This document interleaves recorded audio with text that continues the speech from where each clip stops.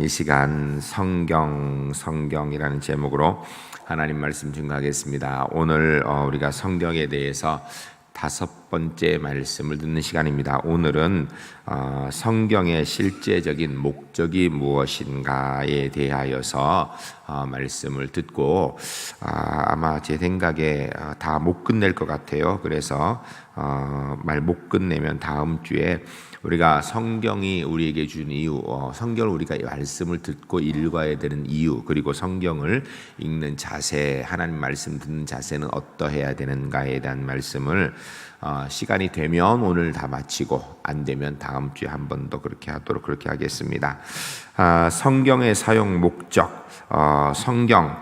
여러분, 성경이 우리에게 있는 이유가 무엇일까? 성경이 우리에게 있는 이유가 무엇일까? 성경은 우리에게 어떤 역할을 하기 위해서 하나님께서 우리에게 주셨는가를 오늘 본문이 사실은 거기에 대해서 아주 명확하게 이야기를 하고 있습니다. 본문을 좀 보겠습니다. 15절 말씀, 우리가 15절을 한번 같이 먼저 읽을 텐데, 15절에 성경이 우리에게 무엇을 하기 위해서 있는 것인가, 하나님께 성경을 통해 우리에게 무엇 하시려고 하시는가 생각하며 15절 읽겠습니다.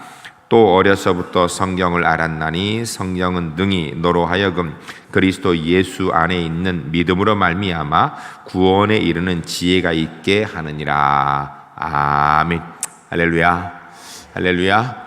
우리 울산제일교회 성도님들 성경을 읽을 때마다, 말씀을 들을 때마다 이 15절 말씀에 있는 은혜가 우리에게 더욱더 새로워지고 늘 더 하나님의 은혜로 충만해지는 복된 하나님의 사람들이 주 안에서 꼭 될 수 있기를 주의 이름 간절히 축복합니다.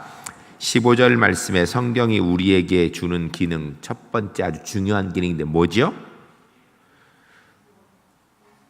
길으니까 헷갈리죠? 예. 구원에 이르는 지혜가 있게 한다. 따라 성경은 우리에게 구원에 이르는 지혜를 주는 책입니다. 성경이 우리에게 하는 첫 번째 중요한 기능이 뭐라고요? 구원에 이르는 지혜가 있게 하는 책이에요. 여러분, 이 세상에 아무리 좋은 책, 아무리 귀한 책을 읽어도 그로 인하여서 구원의 지혜를 얻을 수는 없습니다. 삶의 지혜는 얻을 수 있지요. 어떻게 하면 좀 더 잘 살 수 있을까? 어떻게 하면 인간답게 살 수 있을까? 어떻게 하면 조금 더 유익한 삶을 살 수 있을까? 이런 것들은요, 성경 이외의 책에도 얼마든지 있습니다. 그러나 구원에 관한 이야기는 성경에 맞는 이야기입니다. 구원에 이르는 지혜는 성경을 통해서만 갖게 되는 지혜입니다. 예수 그리스도를 나의 구주로 믿을 수 있는 것은 성경을 통해서만이지 다른 어떤 책을 통하여서도 그것이 되는 문제가 아니에요. 그럼 아마 이렇게 생각할 거예요. 뭐 다른 이방 종교의 경전이나 이런 거는 차지하고 성경에 관하여서 우리가 보면 기록해 놓은 책들, 주석도 있고 설교집도 있고 신앙 소설들이나 에세이들도 있는데 그런 것을 통하여서 구원의 은혜를 얻을 수 있지 않냐고. 여러분, 그것을 통하여서 우리가 구원 얻은 사람으로서 신앙이 조금 더 든든해질 수는 있지만 그것을 통하여 예수님이 누구인지를 만나게 되는 구원의 역사가 있지는 않는 것입니다. 왜냐하면 성경이 글을 잘 썼기 때문에 구원의 역사가 있는 게 아니에요.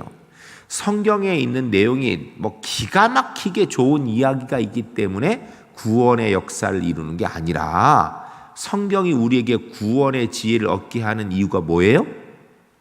하나님께서 우리에게 기록해 주신 말씀이기 때문이에요. 성령의 영감으로 되어진 말씀이기 때문에 성경은 우리에게 구원의 은혜의 책이 되는 것입니다. 누구든지 성경을 읽는 동안에 이 구원의 은혜를 얻을 수 있는 그런 복됨이 꼭 있어야 됩니다. 그런데 여러분, 성경을 읽는다고 누구든지 다 이 구원의 은혜를 얻습니까? 그러면 얼마나 좋겠습니까? 그런데요, 그런 것은 아니에요. 성경을 읽는다 하여서 누구든지 구원의 은혜에 구원의 지혜를 얻는 건 아니에요. 그러면 누가 구원의 지혜를 얻는 것인가? 성령께서 구원의 지혜를 밝히 알려주는 사람에게만 구원의 지혜가 있는 것입니다.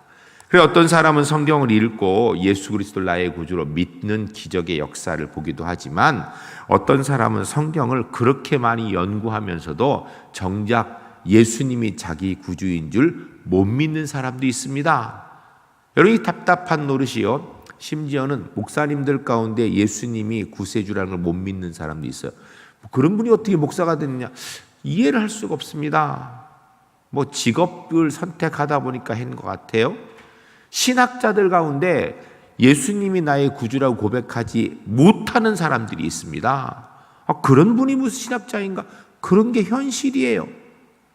또 수많은 사람들이 성경을 많이 읽고 굉장한 삶의 지혜들을 얻기도 하지만 정작 예수님을 못 믿는 사람들이 많습니다. 여러분 성경을 읽고 예수 그리스도 나의 구주인 줄 믿어진 저와 여러분은 성령 하나님의 은혜로 이 믿음의 지혜를 얻게 된 줄로 믿습니다. 창조주이신 하나님께서 성경의 원저자이신 성령께서 역사해 주셔야 성경을 통하여서 구원의 지혜를 가지게 되는 거예요. 아무나 갖는 것이 아닙니다. 그런 점에서 저와 여러분들은 이미 하나님의 특별한 사랑의 은혜를 얻은 하나님의 백성인 줄로 믿습니다. 아무나 그런 거 얻는 게 아닙니다. 여러분 하나님 앞에 우리는 이미 특별한 존재인 줄로 믿고 감사함이 있는 은혜가 꼭 있어야 될 줄로 믿습니다. 두 번째로 이 성경의 두 번째 기능이 16절 17절에 있습니다. 우리가 16절 17절 말씀 우리가 함께 같이 읽도록 하겠습니다. 읽으실 때 성경의 두 번째 기능이 무엇인가 생각하며 읽겠습니다. 모든 성경은 하나님의 감동으로 된 것으로 교훈과 책망과 바르게 함과 의로 교육하기에 유익하니 이는 하나님의 사람으로 온전하게 하며 모든 선한 일을 행할 능력을 갖추게 하려 함이라. 아멘. 전 우리 울산제일교회 성도님들이 말씀을 읽을 때마다 첫 번째 기능인 구원의 은혜가 새록새록 새로워질 뿐 아니라 두 번째 기능인 이 16절 17절 말씀의 은혜가 날마다 새로워지는 하나님의 사람들이 꼭 될 수 있기를 주의 이름 간절히 축복합니다. 성경의 두 번째 기능이 뭐예요? 16절에 보니까 사실 굉장히 길어요. 교훈과 책망과 바르게 함과 의로 교육하게 유익하니. 그러니까 성경은 교훈해 주시고 책망하고 바르게 하고 의로 교육하게. 왜 이걸 해요? 답이 17절에서 이는 하나님의 사람으로 온전하며 모든 선한 일을 행할 능력을 갖추게 함이라. 결국은 성경의 두 번째 기능은 무엇인가? 첫 번째 기능은 예수 그리스도를 나의 구주로 믿어 구원 얻는 구원의 지혜를 얻게 하는 것이고, 두 번째는 구원 얻은 사람이 구원 얻은 사람, 하나님의 사람으로 합당하게 살아가는 길을 가르쳐 주는 것입니다. 여러분, 세상에 있는 다른 책들도 보면 우리를 예를 들어서 그 책에 교훈의 내용들이 있는 것이 많이 있고요.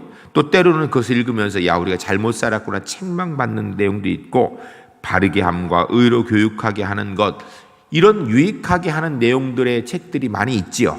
그런 성경과 그런 책들과 성경의 차이가 무엇일까요? 아주 중요한 차이가 한 가지인데요. 우리는 단순하게 그냥 교훈, 책망, 바르게 함, 의로 교육하기에 필요한 것들을 하는 것이 아니라 목적이 있어요.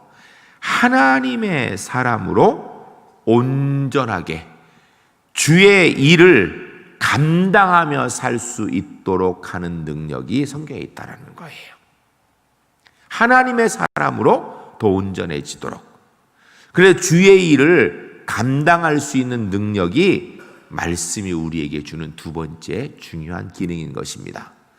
결국 성경은 우리에게 구원의 책이 되고 하나님의 사람으로 삶을 살아갈 수 있는 은혜의 책이 되는 것입니다. 말씀을 읽을 때마다 이 두 가지 기능의 은혜가 날로 새로워지는 하나님의 사람들이 주 안에서 꼭 돼야 될 줄로 믿습니다. 그럼 이 성경 말씀이 이 두 가지의 내용들을 가지고 있는데, 이 두 가지의 내용들을 우리가 바로 우리에게 알려주고 우리가 이해하고 그렇게 살아야 되는 거예요. 구원의 은혜에 대한 것도 바로 알아야 되고요. 더 나아가서 이 성경을 통하여서 하나님의 사람으로 온전해지는 은혜도 바로 알아야 됩니다. 여러분, 구원에 대해서도요, 성경을 통하여서 이상한 구원을 얘기하는 사람들이 있어요. 이상한 구원을. 예를 들면 영혼은 구원받고 육신은 구원받지 못한다라는 얘기를 하는 사람들이 있어요. 이단입니다. 영지주의 이단들이 하는 얘기예요. 영혼은 구원받고 육신은 구원과 관계없다라고. 지금 거의 모든 이단들이 다 그래요. 지난주 오후 예배에 우리가 이단 세미나 했는데 거기에 대표적으로 통일교 문선명이나 JMS 지저스 모닝스타라 그래서 정명석 이런 사람들, 신천지도 그런 게 좀 들어 있는데 이런 이단들이 가지고 있는 것이 뭐냐면 거의 이 피가름의 교리라는 걸 통하여서 교주와 성관계를 해야 영혼이 깨끗해진다면 육신을 함부로 해도 되는 것처럼 그렇게 해야 되는 것으로. 여러분, 이건 말도 안 되는, 성경에 나오지 않는 이야기거든요. 구원은요, 우리의 영뿐 아니라 우리의 육신의 삶도 구원의 은혜에 있어야 되는 줄로 믿습니다. 우리 영육의 전인의 구원을 이야기하는 게 성경이에요. 근데 구원을 이상하게 얘기하고 있어요. 또 뿐만 아니라 어떤 분은 그런 얘기를 해요. 성경이 사회적 구원을 이야기한다고. 여러분, 성경은 사회적 구원을 얘기하지 않습니다. 성경은요, 개인 구원이에요. 우리가 울산 제1교회라는 공동체 안에 모여 있지만 울산 제1교회 교인 되는 것이 구원받는 게 아닙니다. 여러분, 성경이요, 집단적으로 공동체적의 구원을 이야기하는 내용이 없습니다. 물론 한 사람이 예수 믿음으로 인해서 그 공동체 안에 막대한 영향력을 미치는 것, 그거는 있지요, 얼마든지. 그러나 집단 자체의 구원을 이야기하는 것, 그래서 어떤 집단에 소속되면 구원되는 것, 아니면 집단 자체 전부 다의 구원을 이야기하는 그런 구원은 내용은 없습니다. 성경은요, 사회 구원을 얘기하는 것이 아니라 개인 구원을 이야기를 해요. 개인 구원받은 사람이 자기가 속한 사회 현장에서 구원에 영향력을 미치는 것이지, 사회 전체가 함께 구원을 이루기 위해서, 여러분, 구원받은 사회가 도대체 어떤 사회입니까? 이 땅에 구원받은 사회가 있을 수 있습니까? 여러분, 북한하고 남한하고, 참 저는 가슴 아픈 얘기가, 가끔 우리나라 사람들, 요새는 좀 그런 얘기 좀 덜 했으면 좋겠는데, 아주 안 했으면 좋겠어요. 우리 대한민국 사람들이 헬조선이라는데 헬조선이라는 얘기 하면 안 됩니다. 여기는 해분 대한민국이에요, 사실은요. 진짜 헬은 어디예요? 저 북쪽이죠. 북쪽이, 거기가 지옥이에요, 거기가. 그럼에도 불구하고 여러분이 대한민국 사회가 구원의 사회입니까? 그건 아니지요. 그럼 그렇게 얘기할지 몰라요. 기독교인이 최대 4분의 1밖에 안 돼서. 그러면 100% 기독교인이면 그 사회가 구원의 사회입니까? 아닙니다. 그렇지 않아요. 사회가 구원받은 사회는 없어요.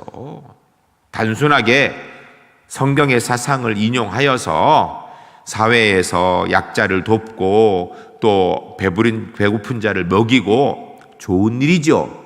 그러나 그것은 성경이 이야기하는 근본 구원이 아니에요. 구원은 하나님의 자녀가 되는 것이죠. 이것은요, 철저하게 개인적입니다.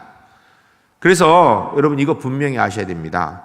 가족 중에 누가 하나 예수 잘 믿는다고 나머지 가족이 같이 따라서 예수 믿어 구원 얻을 수 있으면 좋겠지만, 한 사람이 예수 잘 믿는데 나머지 가족은 예수 안 믿는데도 그 사람이 예수 잘 믿으니까 나중에 하늘나라 갈 때 그냥 손잡으며 같이 갈 수 있다라는 어리석은 생각을 할 수는 없는 거예요.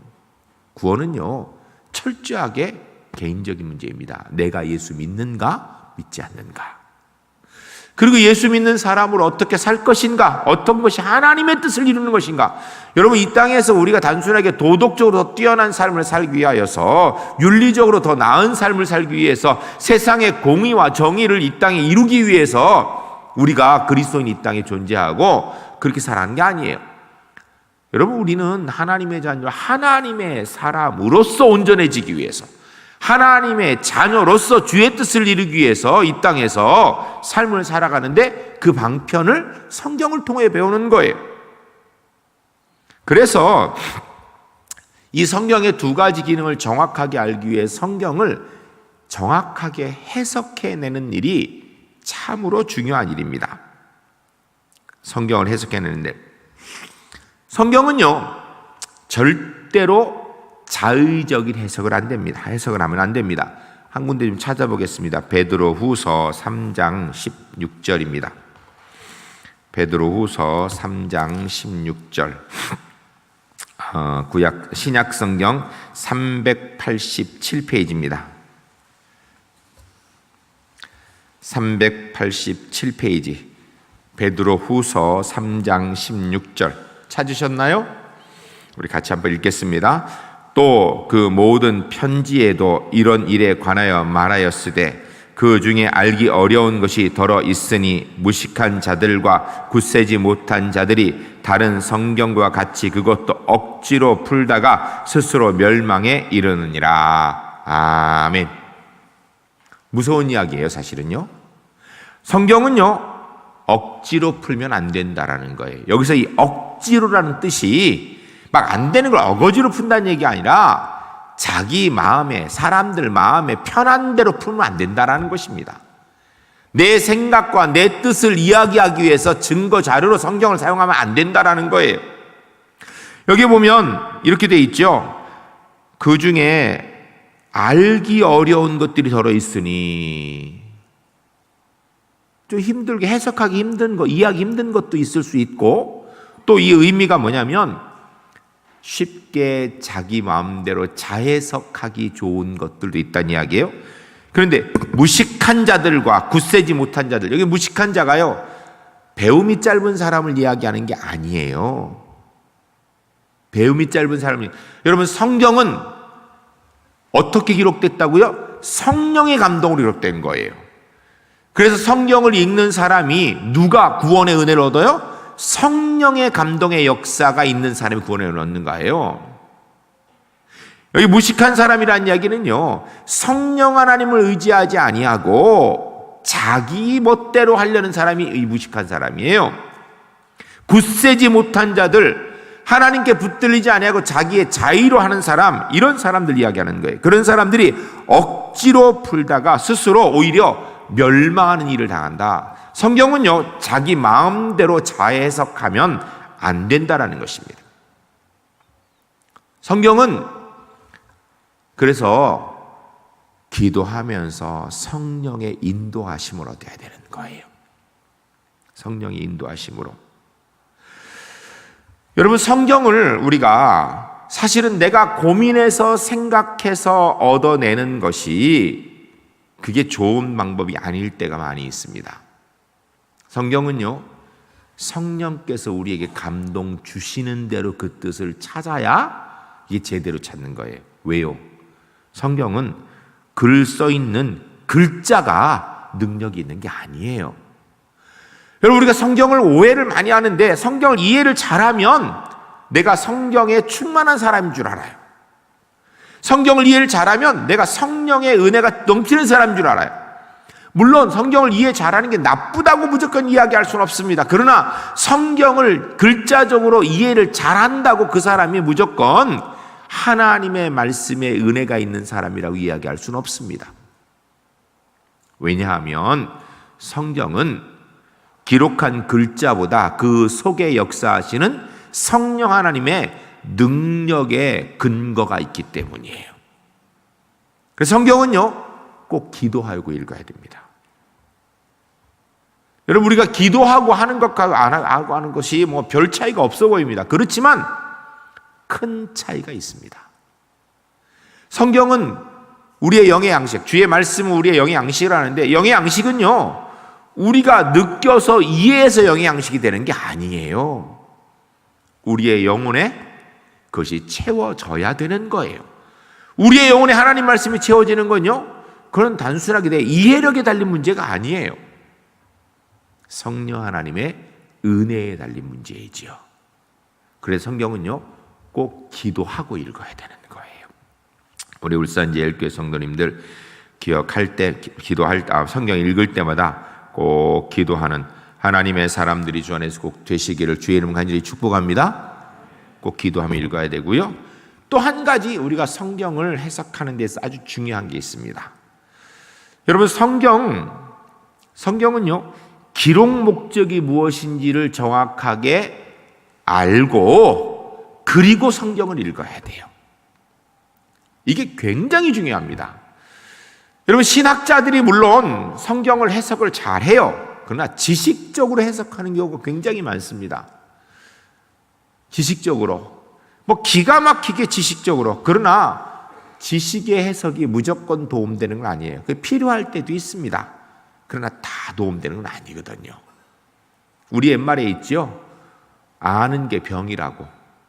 모르는 게 약일 때도 있습니다. 아는 게 능력일 때도 있지만요, 모르는 게 약일 때도 있는 거예요.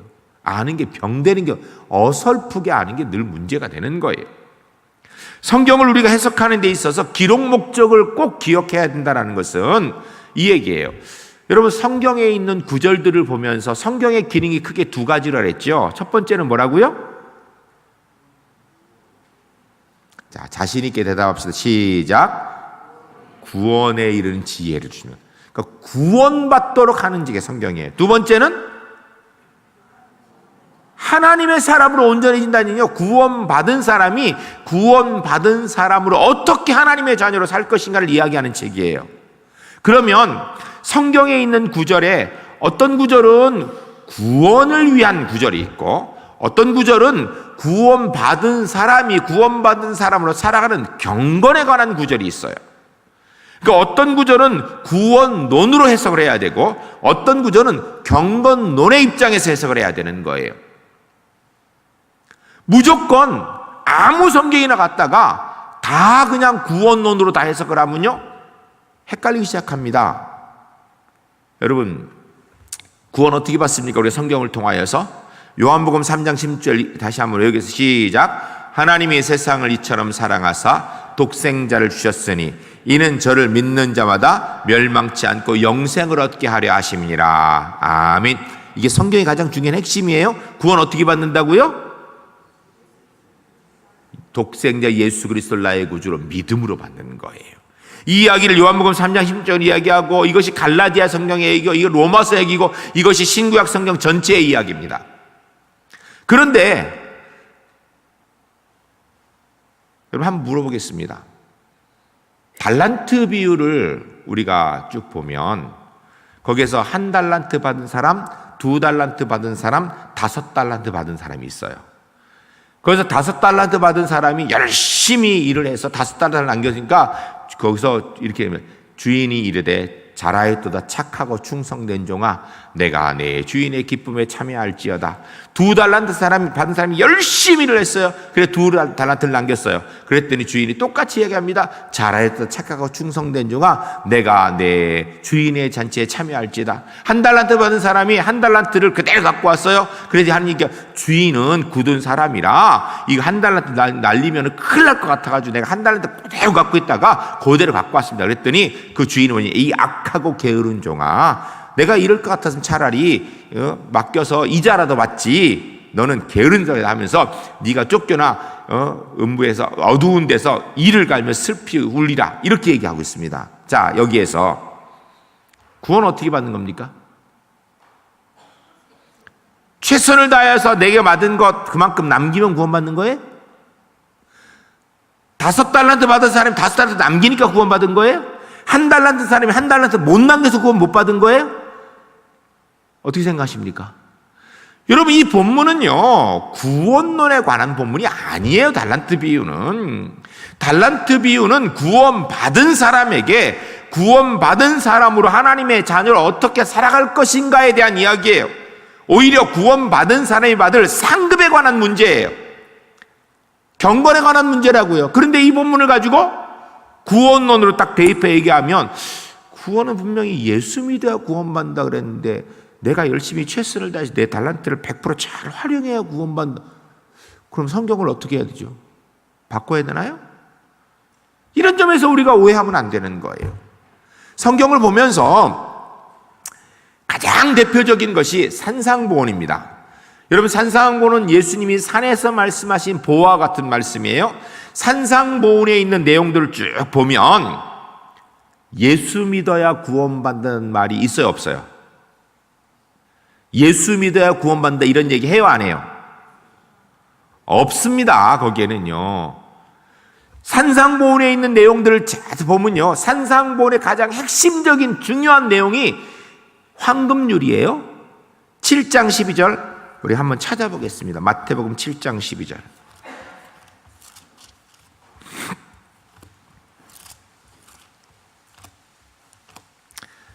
마태복음 7장 12절.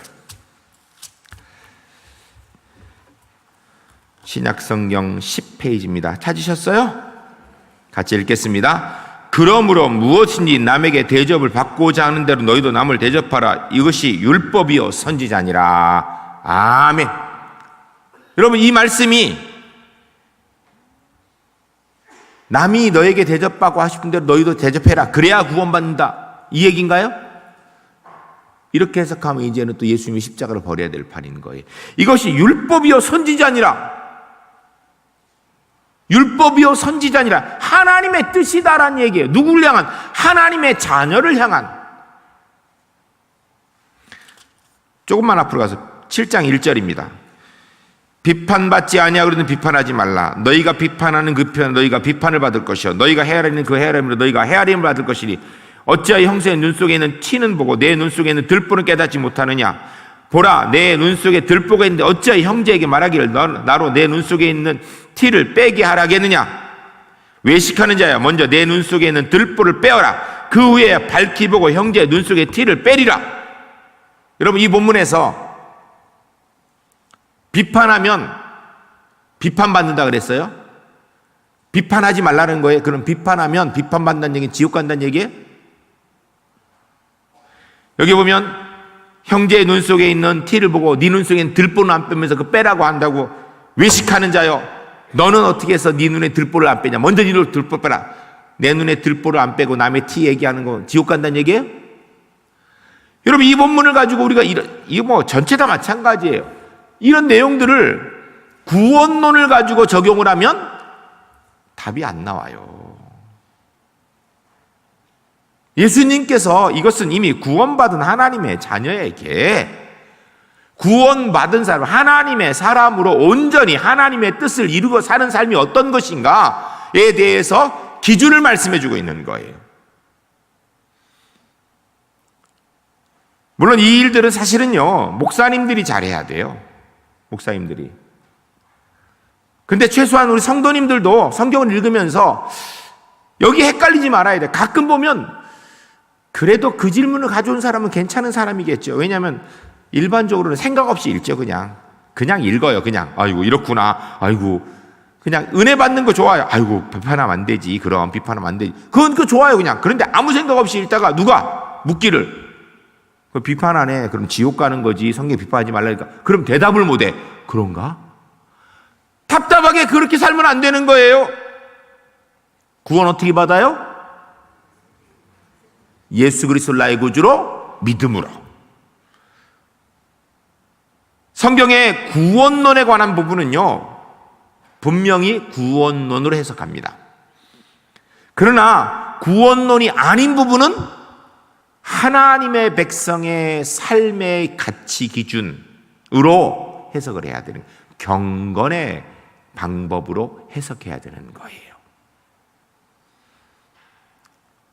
여러분, 이런 고민 성경을 읽으면서 해보신 적 있나요? 그냥 믿음이 좋아서 안 했죠. 웃음의 의미는 뭡니까? 사실은요, 저는요, 학생 때 성경을 읽으면서 이런 고민 많이 했어요. 분명히 예수 믿어야 구원받는다 그랬는데, 우리가 예수 얘기 하나도 없고, 행위 얘기가 아주 강조하게 들었는데, 이거 그럼 행위를 잘못하면 지옥 가는 건가? 헷갈리더라고요. 근데 제가 성경을 계속 읽으면서 연구를 하면서 묵상하면서 보니까 성경 안에는요 크게 두 가지 내용. 성경의 기능이 두 가지. 하나는 구원의 지혜를 얻게 하는 것. 다른 하나는 하나님의 자녀로 온전하게 하기 위한 것. 구원받았다고 다 하나님의 자녀로 하나님 앞에 다 칭찬 들어요? 아니잖아요. 구원받은 하나님의 자녀는 되었지만 이제 하나님의 자녀로 칭찬 들으면서 삶을 살아야 되는 건 우리 몫인 거예요. 구원은 절대적인 십자가의 은혜로 얻는 것이지만 구원받은 하나님의 자녀로 칭찬 듣는 것은 내가 어떻게 하느냐에 따른 거예요. 그래서 이 부분들은 엄밀히 얘기하면 우리가 천국에 가면 상급의 심판이라고 있다고 그러죠. 그렇죠? 예, 성경에 그런 게 있습니다. 상급의 심판에 관한 문제예요. 이거 전부 다. 상급의 심판에 관한 걸 가지고 구원의 문제를 가지고 이야기하면 답이 안 나오는 거예요. 이 점을 우리가 분명히 해야 됩니다. 우리 울산제일교회 성도님들 늘 잊지 마세요. 구원 어떻게 받아요? 자, 따라하겠습니다. 구원은 예수 그리스도를 나의 구주로 믿음으로 받습니다. 기억하세요? 여러분, 누가 뭐라 그래도 어떤 상황에도 구원은 예수님 믿음으로 받는 거예요. 여기 좀 헷갈리지 맙시다. 그렇지만 믿음의 사람이, 구원받은 하나님의 사람이 되었어요? 저절로 신앙생활이 됩니까? 예수 딱 믿으니까 그 다음부터 거짓말을 하니까 혀가 막 돌아가서 거짓말이 말이 안 나오고, 우리가 술술하게 하나님의 뜻을 이야기하려니까 말이 술술 잘 나오고 그렇던가요? 예수 믿고 나도 입에 침도 안 마르고 거짓말 잘하죠? 그래서 처음에는 예수 믿고 나서 거짓말하면 벌 받아 죽을 줄 알았는데 보니까 거짓말해도 벌 안 받거든. 처음에는 좀 두려웠는데 나중에는 그냥 자꾸 잘해. 예수 믿고 나서, 예수 믿기 전에 폭행하던 사람이 예수 믿고 폭행하려고 그러니까 막 팔이 막 돌아가가지고 폭행 못했나요? 예수 믿기 전에, 처음 예수 믿을 때 예수 믿고 나서 누구 때리면, 그 전에 이제 많이 때렸는데 이제는 때리면 큰일 날 줄 알았는데 보니까 누구 때려도 아이고 하나님 바로 죽이지도 않고 벌도 안 주시네. 여러분, 이 문제는요, 우리가 하나님 앞에서 나중에 다 계산할 거예요. 구원받은 사람이 구원받은 사람을 얼만큼 살았는지, 상급에 관한 문제예요. 근데 저는요, 아직까지 제가 정확하게 제가 성경 그렇게 많이 보고 성경 그렇게 많이 연구하고 많이 묵상했어도 해결하지 못한 게 있습니다. 천국에서 상급이 도대체 어떤 차이가 있는지 그거 잘 모르겠더라고요. 가봐야 알겠어요. 우리 나중에 가서 보자고요. 제가 미리 가면 가서 좀 보고 오시면 알려드릴게요. 왜냐하면 어떤 분은 그렇게 얘기해요. 천국에 가서 어떤 사람은 고래등 같은 기와집이 있고 어떤 사람은 뭐 조만하다고, 천국에 가보니까 집이 막 고래등 같은 집이 있는데 벽도 다 만들었는데 보니까 지붕이 없더라고. 요 지붕을 더 만들어야 된다고. 그래요? 아니, 천국에 갔는데도 누구는 고래등 같은 기와집에 50평, 80평, 100평짜리 살고 나는 겨우 12평짜리 집에 살고 있으면 그런 곳이 천국입니까?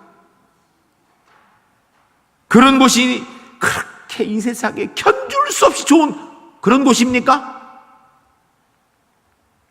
여러분, 천국은요, 그런 물질적인 것, 상대적인 곳이 아니지요. 첫 번째로. 두 번째로, 분명한 상급이 있는데 이 상급의 문제가 우리의 가치 기준에서 자꾸 얘기를 하려고 그러면 안 되는 거예요. 이건 천국 가봐야 될 것 같아요. 천국 보고 오신 분들 가운데 얘기 함부로 하시는데요, 사실은 천국 보고 오신 분 가운데 얘기 꾹 다물고 아무 말 안 한 분이 성경에 있어요. 누구예요? 사도 바울이 3층천을 봤대요. 3층천. 천국이 몇 층까지 있는지 모르는데 최소한 3층까지는 있는 것 같아요. 왜냐하면 사도 바울이 거기까지 봤다니까. 1층도 보고 2층도 보고 3층도 봤는데 4층도 있는지 5층인지 그건 잘 모르겠어요. 그런데 분명한 것은 거기까지 봤는데 거기에 대해서는 얘기하면 오히려 헷갈릴까 봐 얘기 안 하겠다 이렇게 얘기했거든요. 그런데 어떻게 된 분들이 사도 바울보다 더 뛰어난 분들이 많아가지고 보고 와서 그렇게 이야기를 해. 얘기하다 보니까 나중에는요, 제가 천국에 대한 간증 이렇게 들어보면 갔다 온 분들 참 은혜롭고 좋긴 한데 첫 번째 간증한 거하고요, 한 2년, 3년 뒤에 간증한 거 보면 내용이 좀 달라요. 스스로 업데이트를 많이 시켰어요. 이 세상적으로 말을 잘 만들었어요. 은혜는 더 되는데 사실은 그게 성경적인지는 모르겠어요. 저는 아직 거기에 대해서는 정확히 답을 모르겠습니다. 제가 먼저 가면 알려드릴게요. 혹시 여러분 중에 저보다 먼저 가시면 나중에 알려주시기 바랍니다. 저보다 먼저는 안 가시려는가 보죠? 여러분, 우리가 성경을 해석하는 데 있어서요, 이것을 꼭 기억해야 됩니다. 구원론은 구원론으로, 경건론은 경건론으로. 성경이 얘기하는 게 두 가지라니까. 이 두 가지가 기록 목적이에요. 그러면 이 기록 목적에 합당하도록 해석을 해야 되는 거예요. 기록 목적에 합당하도록 성경을 봐야 되는 거예요. 이 기록 목적을 무시하고 그렇게 해석하면 안 되는 거예요. 또한 여러분, 성경은요, 다양성 속에 통일성이 있습니다. 다양한 인간 저자들이 다양한 문화 환경 속에서 다양한 글 쓰는 방법을 통하여 다양한 사상을 가지고 기록을 했습니다. 그런데 아무리 다양할지라도요, 원저자는 누구예요? 성령 하나님. 그래서 성경이 얘기하는 것은요, 늘 한 가지예요. 마태와 마가가 다르지만 마태와 마가가 얘기하는 예수님은 한 분이에요. 창세기와 시편의 저자가 다르지만 창세기와 시편이 말씀하고 있는 하나님은 한 분인 거예요. 성경은요, 다양한 배경을 하고 있지만 늘 하나님 한 분께 집중되어 있다는 것, 이거 잊지 말으셔야 돼요. 그러므로 여러분, 우리가 성경을 보면서 우리가 한 가지 꼭 해석하는 데서 꼭 알아야 되는 것은, 성경은 성경으로 푼다 그러죠. 그런 얘기 들어보셨죠? 성경은 성경으로 푼다. 그러니까 뭘 하냐면, 성경을 성경으로 푼다 그러니까 이쪽 구절을 가지고 이쪽 구절을 꼭 연결해야 되는 줄 알아요. 그렇게 풀어야 잘 푸는 줄 알아. 거기에 걸려드는 게 뭐냐면 이 신천지의 성경 해석 방법이에요. 이걸 가지고 이렇게 같은 단어를 맞춰가면서, 근데요, 그 신천지 해석할 때 딱 멈춰놓고 그 성경 찾아보고 앞뒤 읽어보면요, 순엉터리예요, 다. 성경은 성경으로 푼다라는 게 구절구절 짜집기 하라는 게 아니고요, 성경의 기본적인 사상이 있죠. 그 사상을 배경으로, 하나님의 마음을 배경으로 성경 하나하나를 해석해야 된다는 거예요. 그러니까 성경 전체 이야기를 통하여서 한 절을 해석할 수 있어야 된다는 것입니다. 이게 성경이 성경으로 푸는 거예요. 우리는 자꾸, 물론 구약과 신약을 연결하고 신약과 신약의 내용을 연결하는 것, 그건 무조건 다 나쁜 건 아니에요. 그렇게 해야 될 부분도 있어요. 그렇게 필요한 부분도 있고 그게 도움되는 경우도 있습니다. 그러나 그게 성경을 성경으로 다 해석하는 게 아니에요. 때로는 우리의 삶 가운데 성경의 기록이 없는 내용들도 성경을 통해 우리가 답을 얻을 수 있어야 됩니다. 왜요? 성경이 가지고 있는 하나님의 마음, 성경이 말씀하고 있는 하나님의 뜻, 그걸 알기 때문에 그 뜻을 가지고 우리의 삶에 비춰보니까, 아, 이것은 옳지 않구나라고, 옳구나라고 판단할 수 있는 거예요. 이게 성경을 통하여서 성경과 삶을 해석하는 방법이에요. 이러기 위해서는요, 사실은요, 이것을 위해서는 성경을 통독을 좀 해야 됩니다. 제가 여러분들에게 성경 일독 꼭 하세요, 자꾸 이렇게 얘기하는 이유가 뭐냐면, 제가 성경을 읽어보니까 성경을 통독도 해야 되고요, 정독도 해야 됩니다. 정독을 하면 한 절을 가지고 깊이 묵상하다 보면 한 절을 하루 종일 묵상하기도 하고, 어떨 때는 한 절을 가지고 한 달을 묵상하기도 할 수도 있죠. 또 반대로 짧은 시간에 성경 전체를 전부 읽어봐야 될 필요가 있어요. 성경 전체를 짧은 시간에 읽으면요, 앞에 읽고 뒤에 읽으면 앞에 읽은 건 뭔지 기억 안 나고, 그 다음 또 읽다 보면 그 앞에 거 기억 안 나고, 그래서 뭐 읽었는지 잘 모르는 그런 경우도 사실 그래요. 그런데요, 그렇게 성경을 쭉 통독을 하다 보면 뭐가 생기냐면, 성경에 하나님이 말씀하시는 사상들이 어떤 것인가, 하나님 마음이 어떤 것인가, 이거를 알게 돼요. 성경이 전체에 그림이 그려지게 되는 거예요. 제가 성경을 많이 읽어보니까 그렇더라고요. 성경을요, 10번 읽을 때 하고요, 성경 20번 읽을 때 하고요, 하나님의 마음을 알 수 있는 게 달라요. 성경 20번 하고요, 성경 100번 하고요, 천지 차이입니다. 성경 100번 하고요, 성경 200번 하고요, 천지 차이입니다. 그래서 우리 교회가 성경 통독 학교 1년에 2차례 하죠. 거기 가서 일주일 동안 성경을 쫙 읽으면 무슨 내용이 읽은지 잘 모를 수도 있어요. 그렇지만 시간이 지나서 그게 자꾸 쌓이면요, 성경에 하나님이 말씀하시고자 하는 기본적인 하나님의 원리들을 우리가 알게 되는 거예요. 그러니까 성경은요, 통독도 해야 되고요, 정독도 해야 됩니다. 묵상하며 깊이 묵상하며 읽어야 되고 또한 성경 전체를 통독하는 것도 해야 됩니다. 이 두 가지가 다 필요한 거예요. 또한 성경을 해석하여 말씀 들을 때에는 여러분 우리가 한 절, 때로는 뭐 두세 절, 길어야 뭐 몇 절 이걸 가지고 들어요. 그걸 깊이 연구를 해서 사실은 그 안에서도 여러 가지가 있지만 그 중에 한 가지 말씀을 듣습니다. 그러나 그 모든 것들이요 늘 성경 전체의 사상과 배치되면 안 되죠. 같은 이야기여야 되죠. 이 성경을 뽑든 이 성경을 뽑든 이 성경을 뽑든 어느 성경인지 성경 전체의 사상과 같아야 돼요. 그래서 목회를 평생 하신 원로 목사님이 젊은 목사들을 모아놓고 설교에 대해서 말씀하신데 이런 얘기를 하셨어요. 목사님들 매주 설교 새로운 거 하려고 자꾸 애쓰지 마세요. 했던 얘기 또 하면 낯 부끄럽고 그런 것 같지만 그래도 오늘도 예수님의 십자가, 내일도 예수님의 십자가, 모레도 하나님의 사랑, 글패도 성령의 은혜 늘 이렇게 주님의 십자가 얘기해야 되는 것이지 늘 새로운 거 이야기를 하지 마시라고 그런 말씀하시더라고요. 왜요? 성경은요 모든 것이 다 한 가지 이야기하는 것이기 때문이에요.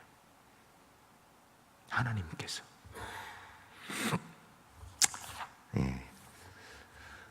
우리 울산제일교회 성도님들 성경을 읽으실 때마다 뭐 전문적인 신학적인 견지는 못해도 최소한 이런 상식은 가지고 성경을 대하는 그래서 주의 말씀에 은혜가 있는 하나님의 사람들이 주 안에서 꼭 되시기를 주의 이름으로 간절히 축복합니다.